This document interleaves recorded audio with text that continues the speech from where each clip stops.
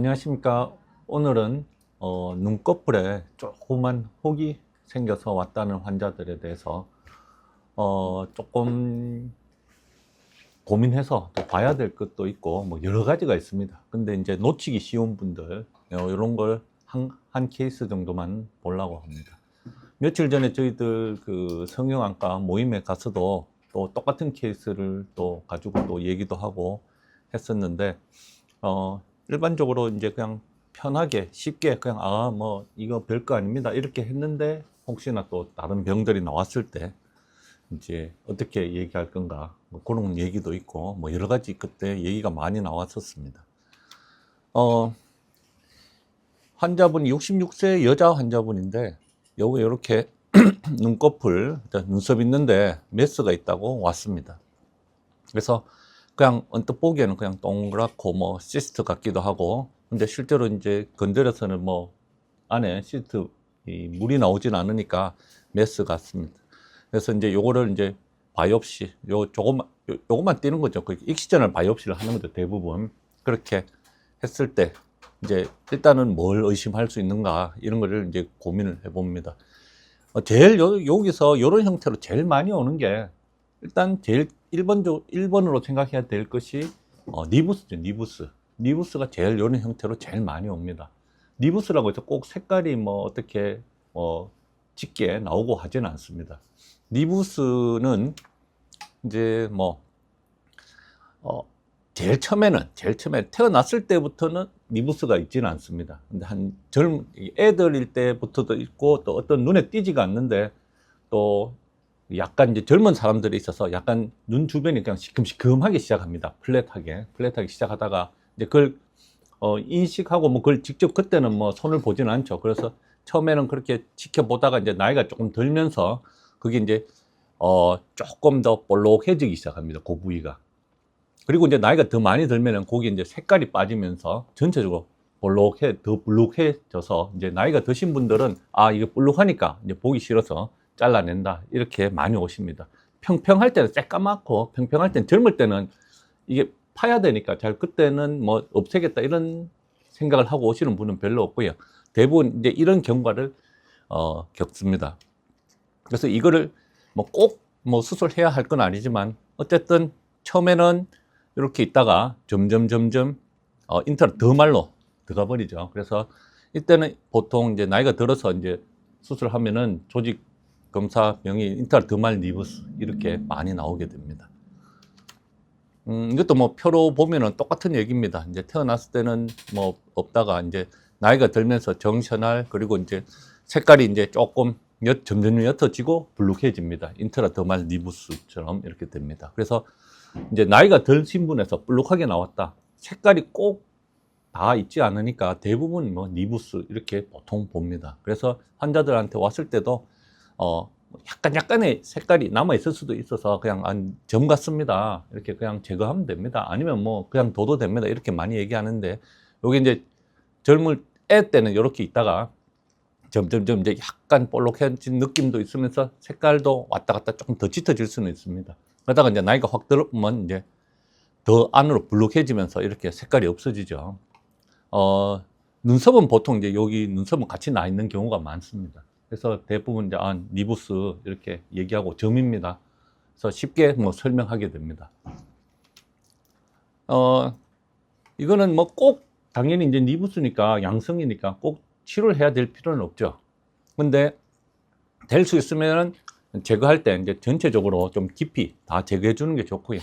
결국 남아 있으면 약간의 이제 뭐 색깔이 생길 수도 있는데, 나이가 들면서 이제 색깔이 옅어졌기 때문에 뭐 크게 표시는 안 날 수는 있는데 조금 남아 있을 수도 있습니다. 근데 조금 깊이 해서 다 없애주는 게 좋고요. 이게 꼭 할 필요는 없는데 색깔이라든지 모양이 변하면은 뭐 조직 검사는 해봐야 되겠죠. 예.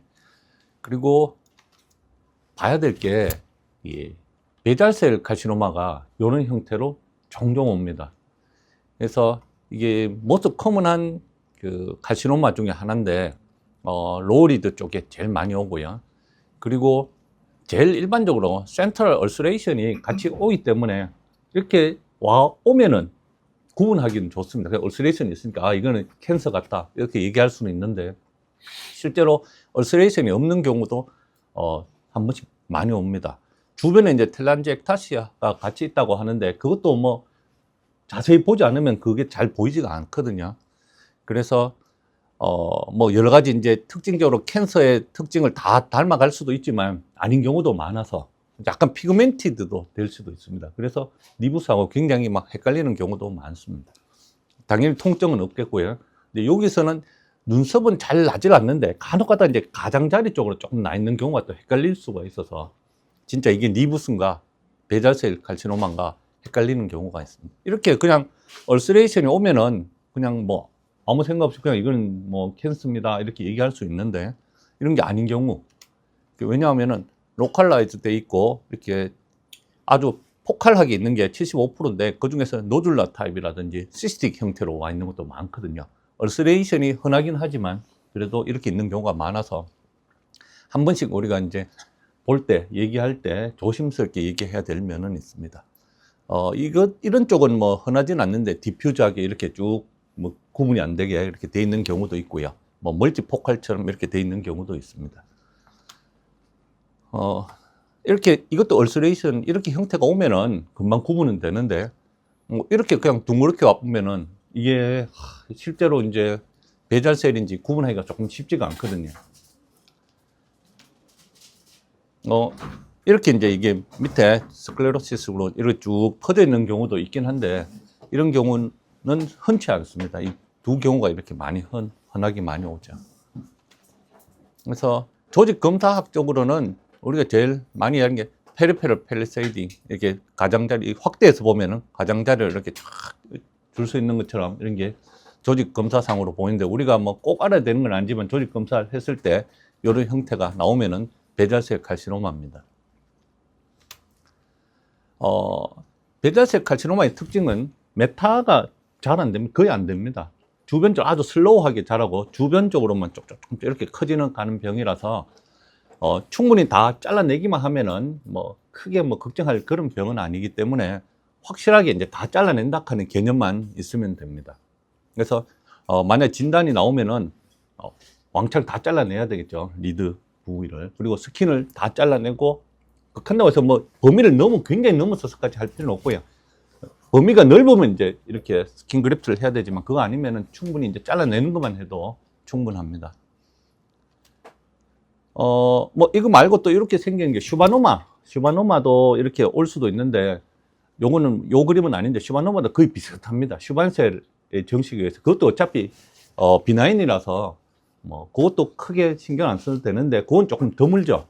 이 두 가지가 제일 많이 흔하게 나오고요. 슈바노마도 있을 수도 있습니다. 근데 이제 요건 예전 케이스인데 했을 때 이게 베잘셀 칼시노마가 나왔는 케이스입니다. 그래서 처음엔 이렇게 잘랐다가 당연히 이만큼 다 잘라내고 다시 리컨스트럭션을 해야 되죠.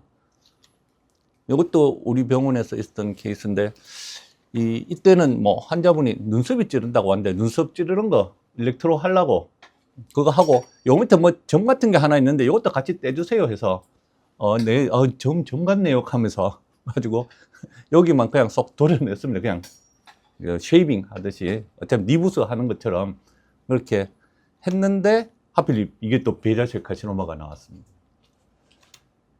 그래서 이게 요거 쉐이빙 하고 난 다음에 사진이거든요. 이렇게 이제 쭉 다 뺐는데 이 베잘셀 칼시노마가 나오니까 이렇게 둬서는 안 되고요. 여기서 이만큼 잘라냈습니다. 이만큼 이렇게 웨지 쉐입으로 잘라내고 다시 리드 리컨스트럭션 해서 하고 난 다음에 모양이거든요. 이렇게 다 붙여놨는데 그 다음부터는 뭐 크게 이게 어차피 로컬라이즈 되는 캔서라서 뭐 이것만 잘해놔도 크게 뭐 그러진 않습니다. 그래서 이제 우리가 한 번씩 지켜볼 때 이게 비나인 같은데 한 번씩 이렇게 베잘셀 칼시노마가 나오는 경우가 있어서 설명할 때도 이제 대부분은 괜찮다. 근데 이제 한 번씩 안 좋은 게 나오는 경우가 있다고 한번 뭐 곁다리로 한 번씩 얘기해 놓는 게 안 좋겠나 싶습니다. 아무것도 아닌 것 같은데 또 이렇게 나와보면은 환자한테 또 설명하기도 쉽지가 않고. 우리가 이게 베잘셀 칼시노마 형태거든요. 이게 노듈라 타입으로 이렇게 오기 때문에 이것만 봐서는 뭐 이 캔서인지 아닌지 뭐 구분이 안 되거든요. 이렇게 중간에 얼스레이션이 같이 있으면은 아 이게 조금 안 좋다 이렇게 얘기할 수 있지만 이런 형태만 왔을 때는 솔직히 쉽지가 않습니다. 이게 뭐 뭔지. 여기도 이게 베자셀이거든요. 여기에 이것만 봐서는 뭐 이게 뭐 이 캔서 같다 이렇게 설명하기가 쉽지가 않거든요. 그래서 일반적인 경우는 거의 이제 점처럼 그렇게 되는데 이제 한 번씩 안 좋은 게 있을 수 있으니까 같이 검사를 한번 해봅시다. 이렇게 설명하는 게 제일 좋을 것 같습니다. 얼마 전에 뭐 성형외과 모임에서도 비슷한 케이스로 또 토론을 했었는데 뭐 제 케이스는 아니었는데 거기도 비슷한 경우더라고요. 했는데 베잘셀 뭐 그때는 진단명이 딱 베잘셀 카시노마가 안 나오고 베잘로이드 뭐 이상하게 나왔던데 그래도 그걸 의심해야 된다고 얘기를 하더라고 전부 다. 그래서 이제 이것도 어차피 베잘셀이니까 이만큼 다 잘라내야 됩니다. 이만큼 웨지 세이브를 잘라내고 다시 리컨스트럭션을 해줘야지만 되겠습니다. 네, 오늘은 여기까지 하겠습니다.